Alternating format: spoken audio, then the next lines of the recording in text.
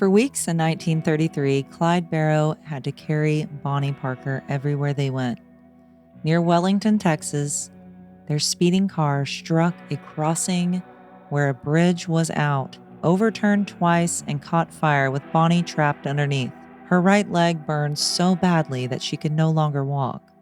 As Clyde fought through the flames, Bonnie begged him to shoot her if he could not pull her out. How did one wreck cripple Bonnie Parker and force Clyde to keep her alive while the law closed in? On June 10, 1933, Bonnie Parker is riding across West Texas with Clyde Barrow and W. Jones. They are heading towards Eric, Oklahoma, to meet Clyde's brother, Buck, and his wife, Blanche. Bonnie and Clyde are living almost entirely on the road, unable to remain anywhere for long without risking discovery. Their automobile allows them to cross state lines and stay ahead of the officers searching for them. Clyde is accustomed to driving fast, and his sister Nell later writes that he always drove like a devil. The family account estimates that he is traveling about 70 miles per hour when he approaches the crossing near Wellington.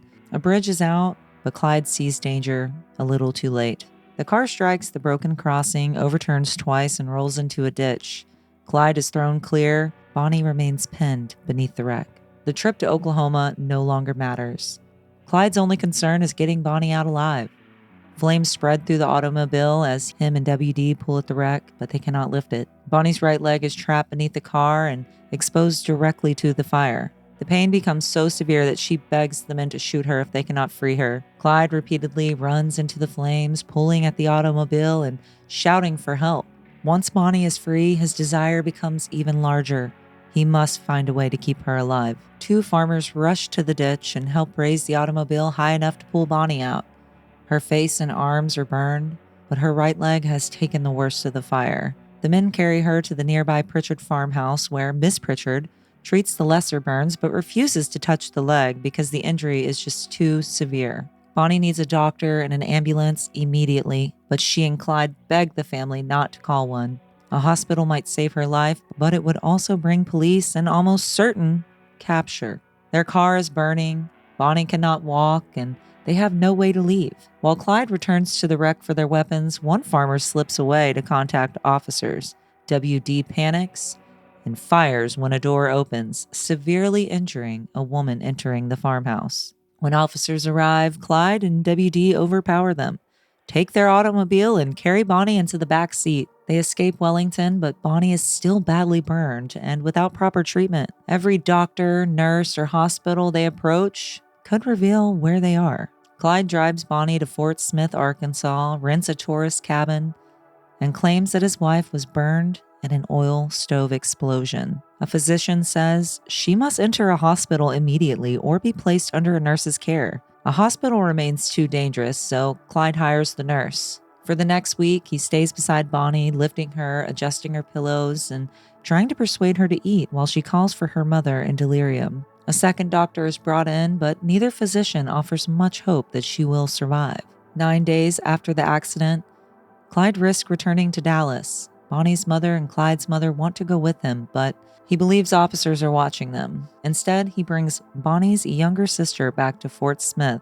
Bonnie does not recognize Billy at first, but on the third day, she finally knows her sister and begins to improve. Bonnie can no longer travel without assistance, and Clyde becomes responsible for carrying her, treating her injuries, and keeping her alive. Bonnie survives, but she is left crippled by the accident. By the middle of July, she is strong enough to travel again, but she still cannot walk.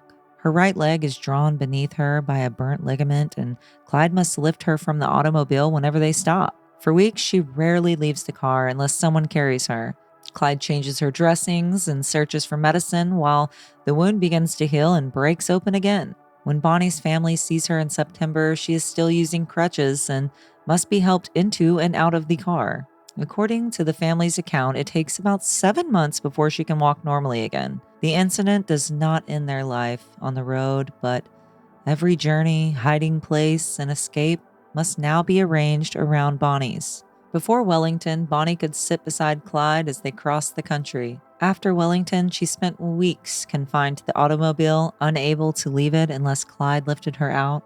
The bridge did not end their flight from the law, but it took away Bonnie's independence. For weeks afterward, every time the car stopped, Clyde had to open the door, reach inside and carry Bonnie with him. Thank you for taking the time to watch and like this video and subscribing to the channel. If you would like to further support the channel, you can do so by joining our Patreon and purchasing merch from our website, eclectichistoricalsociety.com. With that being said, this is the Eclectic Historical Society, and remember, history is lost if it is not repeated.